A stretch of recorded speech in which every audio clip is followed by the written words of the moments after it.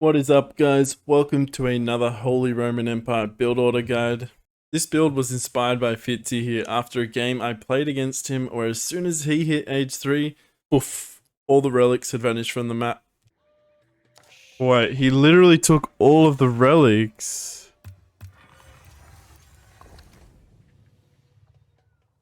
So the focus on this build is to create early horsemen to harass your opponent and to defend your prelates from any scouts or any kind of age 2 units, while you have 5 prelates on the map to collect the relics as soon as you hit age 3.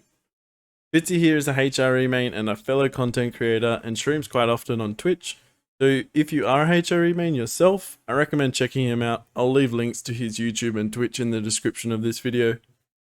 Guys, I have a disclaimer. This is not going to work for all matchups.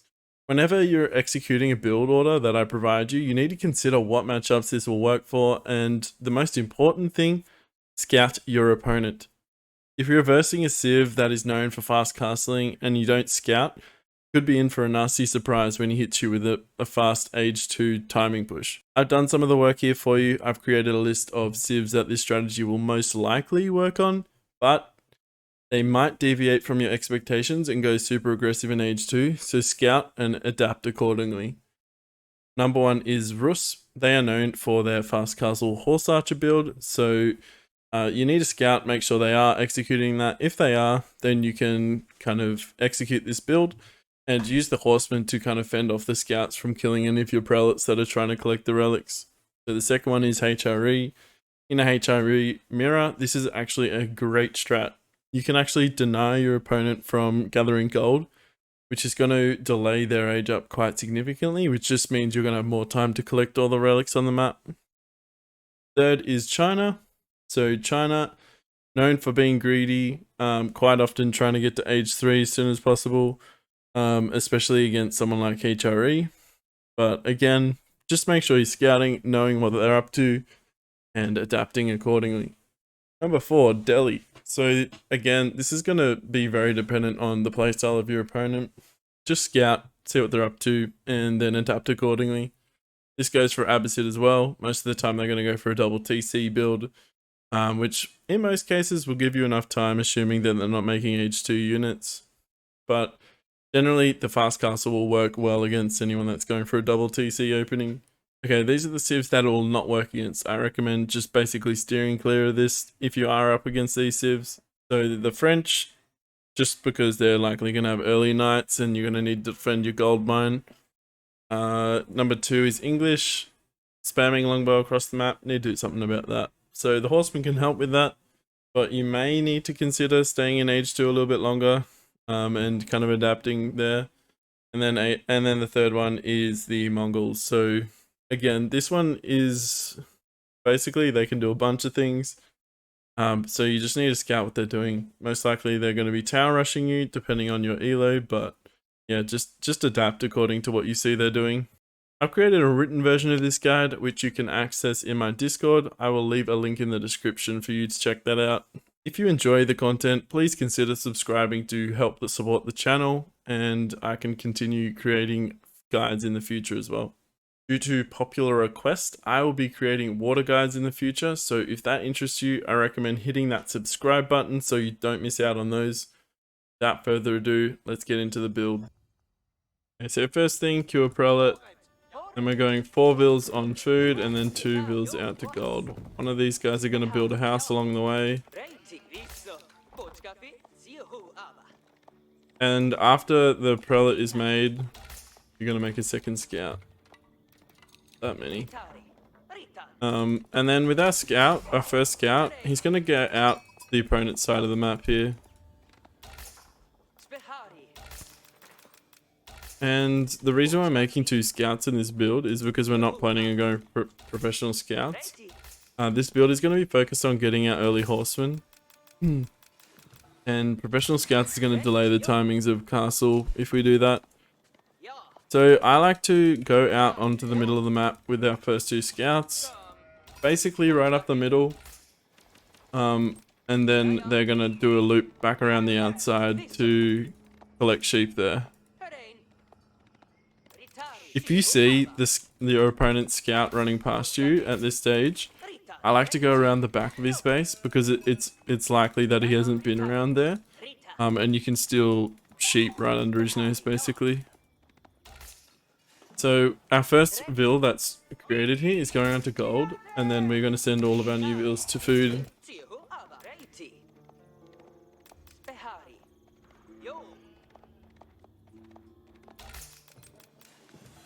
Also, if you haven't already, I'll leave a link in the description to FitzyHere's scouting guide.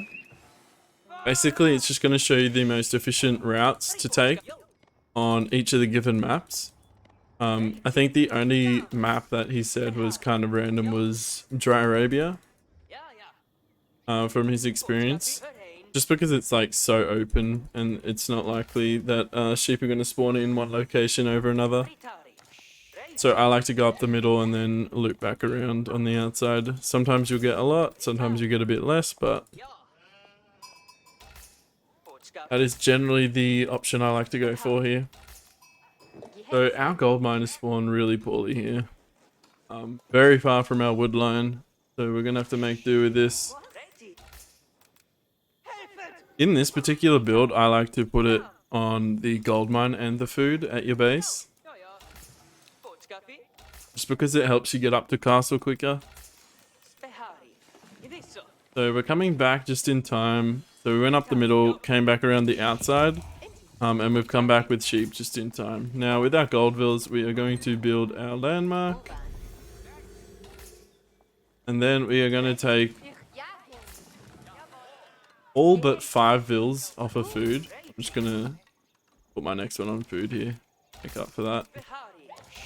And then the rest are going to go to wood, and we're going to task all of our villagers across to wood now. So one thing to keep in mind when we're scouting like this, our objective is also to find where all the relics are spawning. You can see there's a wolf here. I'm just going to shoot that, take it away from the relic, so my prelates get a free path here to the relic without having to fight off these bitey infantry. So we've spotted all 5 relics, which is great. We're tasking all of our new vills to wood over here. Going to bring our prelate across to wood here to speed things up a bit as well. And we're going to bring these bitey infantry back to the town center for that to do work to it. Another wolf here on a relic. So make sure you're keeping an eye on your scouts so you can pick these wolves up, because we are going to be going for all 5 relics at once as soon as we hit castle age. So we don't want any wolves interfering with that. So around this stage, you really want to be sending a scout to your opponent just to know what he's up to.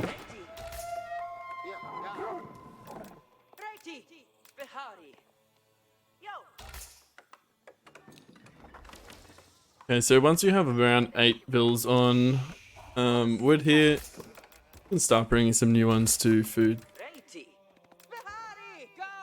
Okay. We're going to use our 2 scouts just to look at either side of his base, know exactly what's going on, know what points we can start raiding with our horsemen as soon as we age up. Once you have about 300 wood, we're going to take all but 2 off wood. We're going to have a total of 10 on food here, and then the rest are going to go to gold.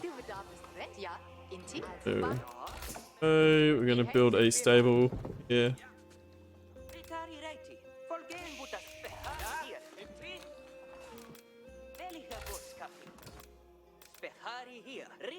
And once we have around 10 on food, 10 on gold, that's when we're going to start queuing our prelates. And with this build, we're actually going to create 4 more prelates here, so we have a total of 5, and we're going to start sending them across the map. So once you build your stable, make 3 horsemen. This can vary slightly depending on what your opponent's doing, but generally 2 to 4 is a good number to go for, just to harass the enemy. If you're versing someone like the Rus, you need at least 3 just to fend off the scouts, so the scouts can't actually deny your prelates from getting relics here. So after this vill is created here, we're going to have 10, 10, and 2. Then we're going to send our first prelate across to the furthest away relic here. Now these horsemen are not only going to harass, but they're also going to be protecting our prelates as they start running across the map. Keep in mind, as mentioned before, this strategy is not for every civ. It's only going to be those who are going for a more passive style, so someone looking to fast castle, potentially even someone that's going for like a double TC boom. You could probably get away with this as well. But you just need to assess who you're versing, what civ they are, and adjust accordingly. So our first prelate is going out to that relic. Now our second prelate is going to go to this relic. And then we're going to start sending them to the closer ones. Remember, we have a prelate inside the Archon Chapel here. So we don't actually need to create 5 relics here. 5 prelates here. With these horsemen, if you're versing a real opponent, you'd be more active. If your opponent is going something like a fast castle, just hit their gold mine. This is going to delay them quite significantly with getting up, unless it's the Rus, of course. Yeah, and then we're going to drop off our food here and start aging. I messed that up. Oh. So we're going to age here. Going to take some guys off gold here. A little bit awkward. Don't make this mistake. Make sure you have enough for a reveal as well. And then we're going to take the last prelate out of the Archon Chapel. Okay, this prelate needs help, so we're going to go send a horseman across here. This is the reason why you want to be clearing the way in the earlier stages of the game, so this stuff isn't happening.